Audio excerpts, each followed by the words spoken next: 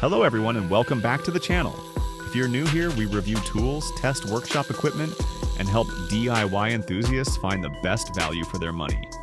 If that's your kind of content, hit that subscribe button and join our growing community. Taking a look at a Parkside 125mm angle grinder, one of the most popular budget-friendly grinders available for home users and DIY project. At first glance, the tool feels solid and well built for its price range. The compact body and comfortable grip make it easy to control during cutting and grinding tasks, while the side handle provides additional stability when working on tougher materials.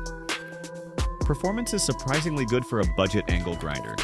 It has enough power for cutting steel, removing rust, grinding welds, and handling most workshop jobs without any major issues. Now let's talk about the positives. The biggest advantage is the excellent value for money. You get solid performance, a comfortable design, easy handling, and enough power for most common applications. Replacement discs are easy to find, and maintenance is straightforward. As for the negatives, this is not a professional heavy-duty machine.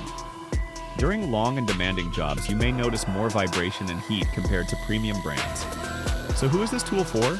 It's ideal for DIY enthusiasts, homeowners, hobbyists, and anyone looking for an affordable grinder for occasional to regular workshop use.